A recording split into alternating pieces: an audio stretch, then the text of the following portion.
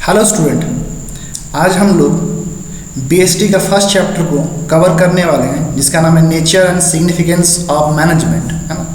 ये बीएसटी का हमारा फर्स्ट चैप्टर है जिसको आज हम लोग कवर करने वाले हैं, ठीक है। चलिए इसके बारे में जानते हैं।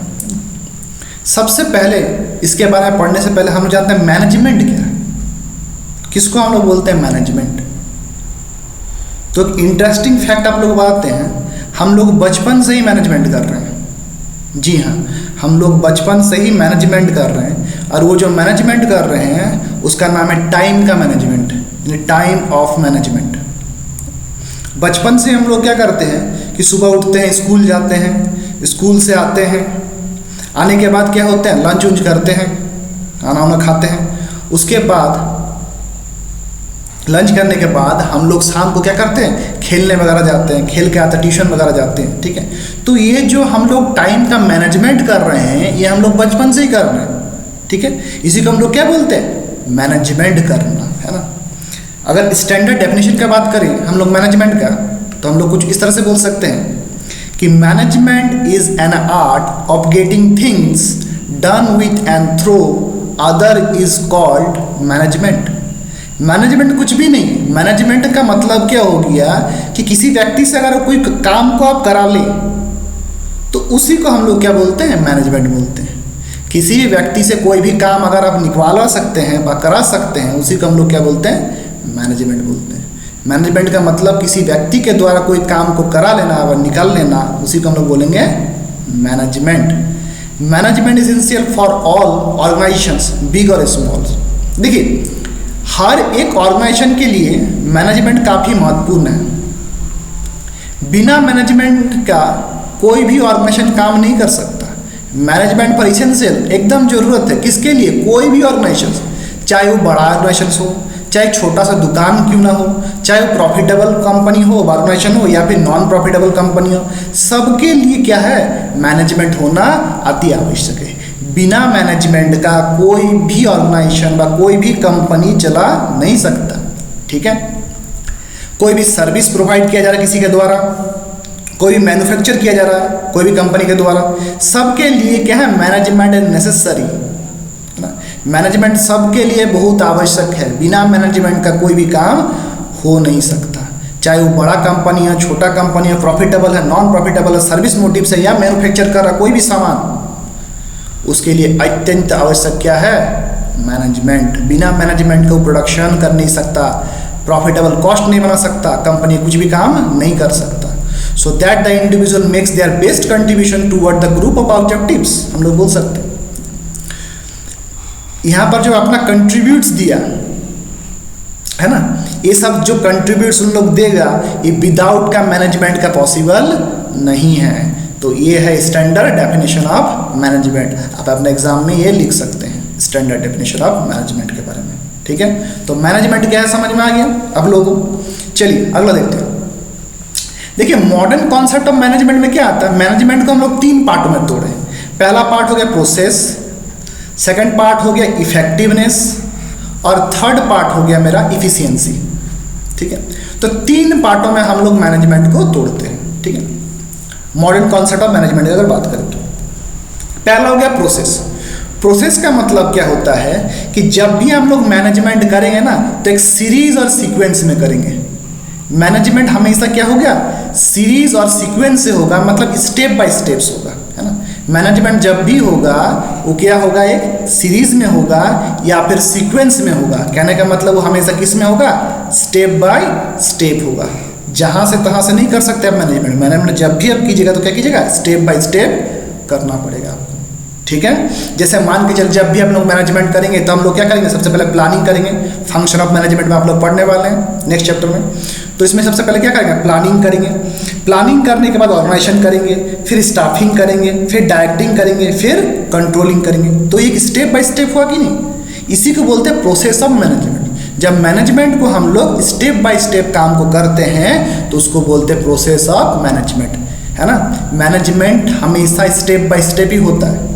देखिए ऐसा भी समझ सकते हैं कि जब आप लोग सीढ़ी चढ़ते हैं तो पहला क्या चढ़ते हैं, पहला सीढ़ी चढ़ते हैं, फिर दूसरा, तीसरा, इस तरह करके आप छत तक पहुंचते हैं। तो सेम कंडीशन यहाँ पर भी मैनेजमेंट का भी सीढ़ी होगा ना, ये जो सीढ़ी होगा वो क्या होगा, स्टेप बाय स्टेप होगा। पहले स्टेप में आपको चढ़ना, फिर दूसरा स्टेप में चढ़ना, फिर तीसरा स्टेप में चढ़ सकता है। एक बार डायरेक्ट यहाँ से यहाँ तो आप जा नहीं सकते, आपको स्टेप बाय स्टेप चलना पड़ेगा।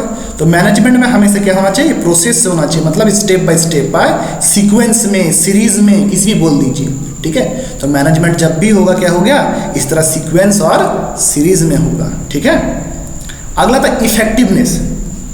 इफेक्टिवनेस का मतलब क्या होता है, देखिए, तो इफेक्टिवनेस का मतलब होता है कोई भी राइट टास्क है ना ऑन द टाइम कंप्लीट करना।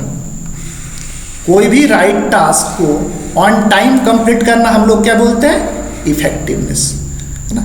मतलब कोई भी काम आप राइट टाइम पर, ठीक है, कंप्लीट करके देते हैं, पूरा काम को कंप्लीट करके देते हैं ऑन टाइम पर, तो आप क्या कहलाएंगे, इफेक्टिवनेस कहलाएंगे, ठीक है। मतलब कोई भी काम अगर राइट टाइम पे, on right task on right time पे हो जाता है तो उसको हम लोग क्या बोलेंगे, इफेक्टिवनेस कहेंगे, है ना। Right task on time, you are a effectiveness, ठीक है। देन उसके बाद था इफिशियंसी। इफिशियंसी का मतलब क्या होता है, it's refer to do the task in the right way, है ना, with minimum cost and optimum utilisations of resources. यानी कम से कम खर्चा में आप मैक्सिमम बेनिफिट कैसे ले सकते हैं, इसी को बोलते हैं हम लोग इफिशिएंट बाय इफिशियंसी, ठीक है। तो इफिशियंसी कहने का मतलब क्या हो गया कि कम से कम खर्चा में सामान का बेहतर इस्तेमाल कैसे कर सकते हैं आप लोग। कम से कम खर्चा में आप सामान का बेहतर इस्तेमाल कैसे कर सकते हैं, ये सीखते हैं हम लोग किसमें, इफिशियंसी, इसी को बोलते हैं हम लोग इफिशियंसी। अगर कोई भी काम, देखिए जैसे मान के चलो कोई एक काम को टास्क दिया जा रहा है ना, जैसे मान के चलो कि हमको दीवार बनाना है, इस दीवार को बनाना है।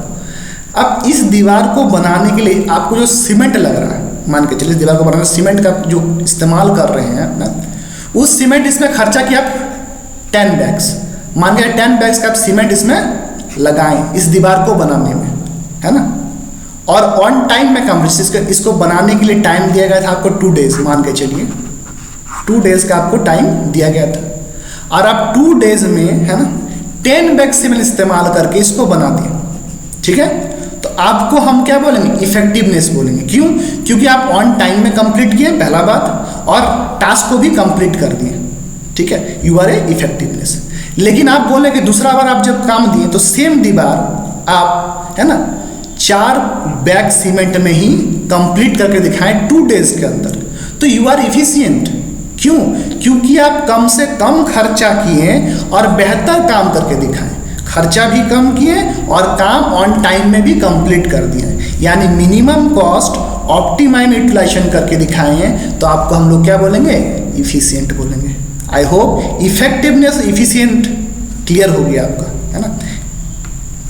इफेक्टिवनेस एंड इफिशियंसी, ये 2 वर्ड क्लियर होंगे। ये 2 वर्ड बहुत ही इंपॉर्टेंट वर्ड है ना। बिजनेस स्टडीज में ये 2 वर्ड बहुत इंपॉर्टेंट वर्ड है, क्योंकि यहाँ से बहुत सारा क्वेश्चन को क्रिएट किया जा सकता है, और CBSE आपसे ये क्वेश्चन पूछ भी सकते हैं। बात समझ में आया। तो यहाँ पर क्लियर हो गया हम लोग क्या, इफेक्टिवनेस और इफिशियंसी। देन अगर मॉडर्न कॉन्सेप्ट का हम लोग बात करें, है ना, डेफिनेशन का मैनेजमेंट का, तो ये भी लिख सकते हैं कि according to the modern concept of management is a process of getting thing done with the aim of achieving goal effectively and efficiently. अपने एम व गोल को अचीवमेंट करने के लिए हम लोग इफेक्टिवली और इफिशियंटली जो काम को करते हैं उसको हम लोग क्या बोल सकते हैं, मैनेजमेंट बोल सकते हैं। एक बात याद रखिएगा, कभी क्वेश्चन आपसे पूछा जाए क्या मैनेजमेंट में इफेक्टिवली का जरूरत पड़ता है कि इफिशियंटली का जरूरत पड़ता है, तो लिखिएगा बोथ। हम लोग को दोनों का जरूरत है, मतलब मैनेजमेंट को इफेक्टिवली होना चाहिए और इफिशियंटली भी होना चाहिए, है ना। जैसे देखिए सिक्के का 2 पहलू होते हैं, ठीक है। कॉइन्स का हमेशा क्या होता है, 2 साइड होते हैं। तो उसी तरह यहाँ पर मैनेजमेंट को भी दोनों साइड चाहिए, इफेक्टिवली भी चाहिए, इफिशियंटली चाहिए। या फिर तराजू देखिएगा आप लोग, ये तराजू है, कांटा जब तक बराबर नहीं आ जाता तब तक हम लोग सामान को ना इधर झुकेगा तो मेरा घाटा होगा, इधर झुक जाएगा मान के चलिए, तो उसका क्या दुकानदार घाटा होगा। तो जब तक कांटा बराबर में नहीं आता तब तक दुकानदार हमको सामान तोल के नहीं छूटता। बात समझे?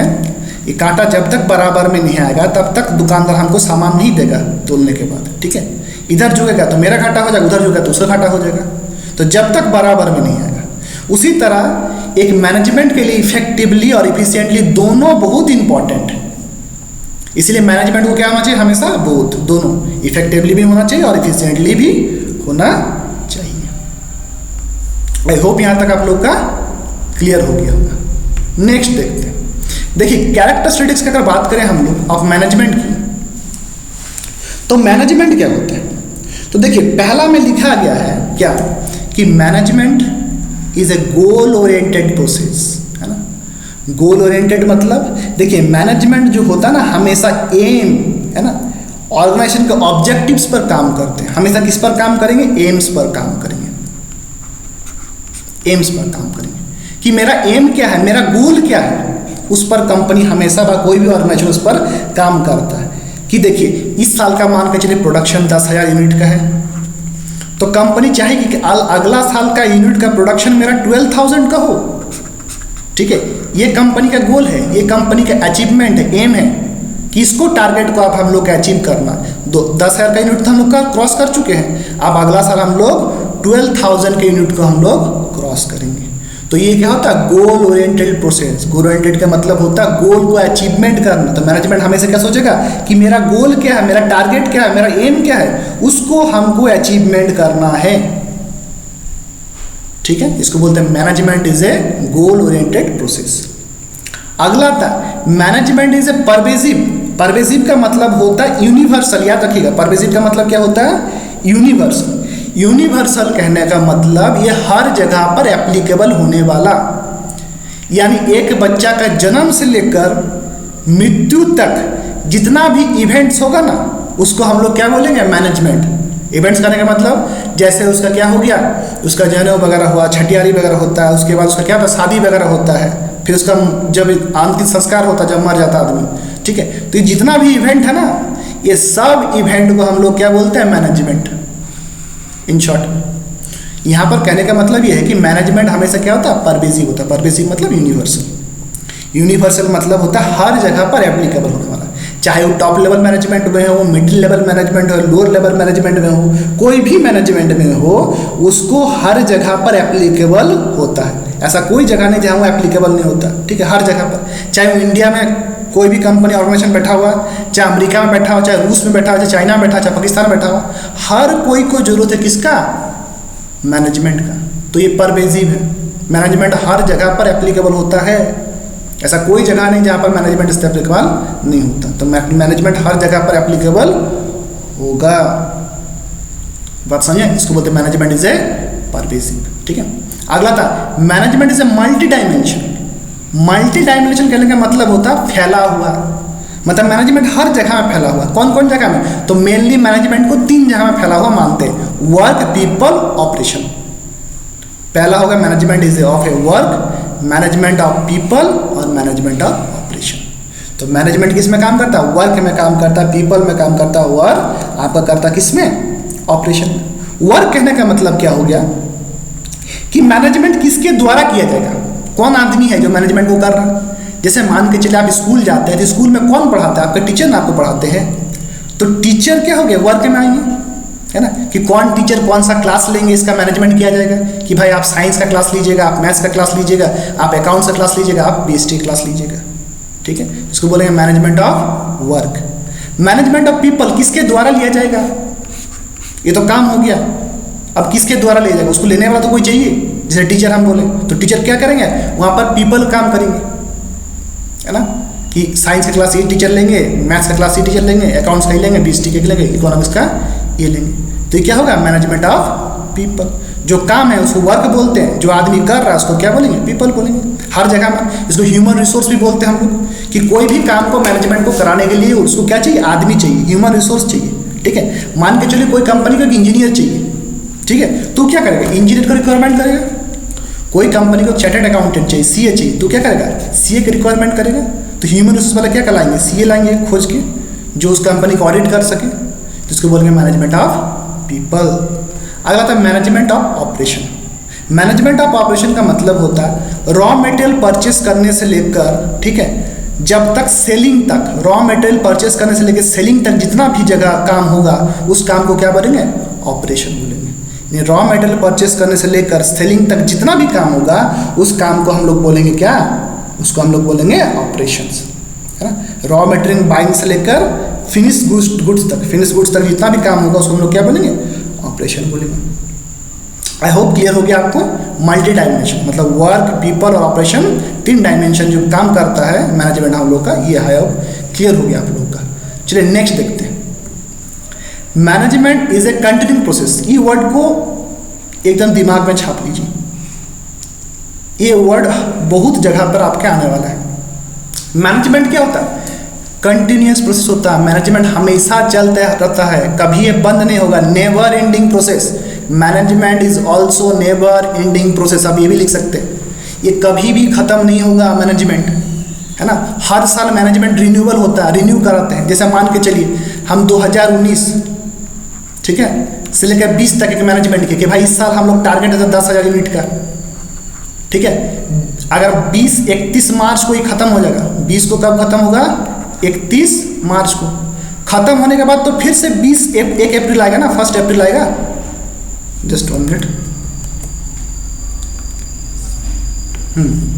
देखिए अब क्या हो गया, फिर से क्या आएगा, 1 अप्रैल आएगा।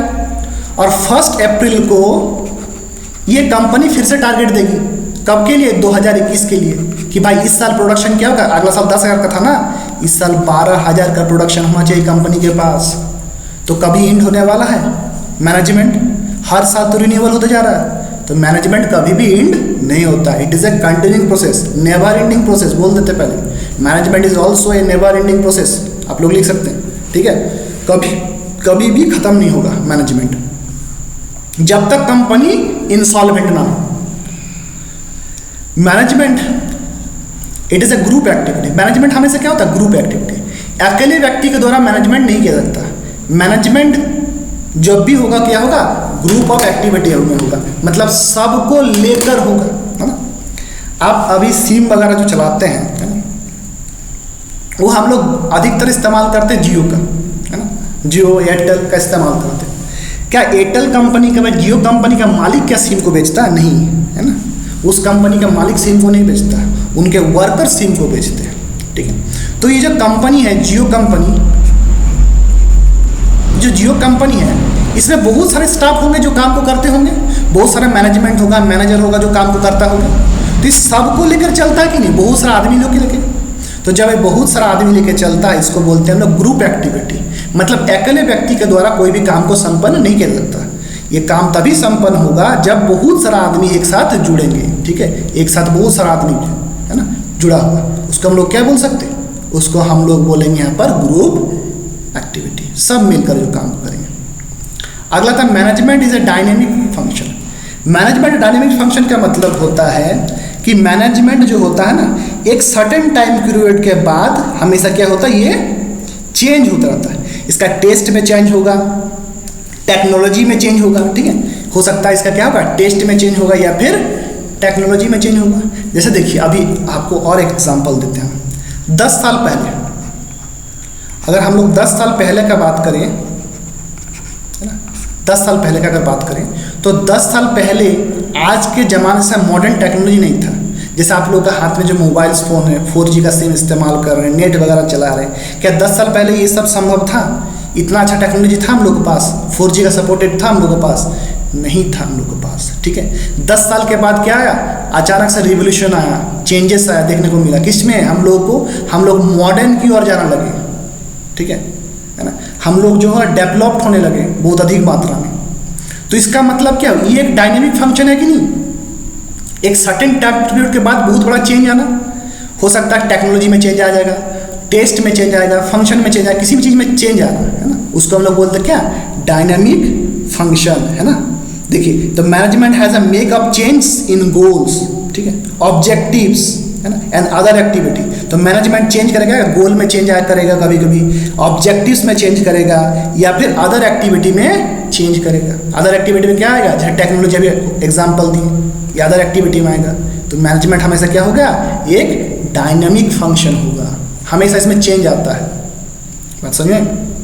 तो यहाँ तक क्लियर। इंटेंजिबल मैनेजमेंट हमेशा इंटेंजिबल होता है। इंटेंजिबल जिसको हम लोग छू नहीं सकते, है ना, और जिसको हम लोग देख नहीं सकते, है ना, जिसको हम लोग टच नहीं कर सकते और हम लोग सी नहीं कर सकते, देख नहीं सकते, तो उसको बोलते हैं हम लोग इंटेंजिबल। ठीक है, तो मैनेजमेंट हमेशा क्या होता है, इंटेंजिबल होता है। इंटेंजिबल मतलब जिसको देख नहीं सकते बा छू नहीं सकते, ना आप मैनेजमेंट को छू सकते, ना मैनेजमेंट को आप देख सकते। बात समझे? तो ये कुछ पॉइंट हो गया कैरेक्टरिस्टिक्स ऑफ मैनेजमेंट में, जो आप लोग एग्जाम में अगर आएगा तो आप लोग लिख सकते हैं। आई होप यहाँ तक क्लियर हो गया। आपसे नेक्स्ट क्लास में मिलते हैं, तब तक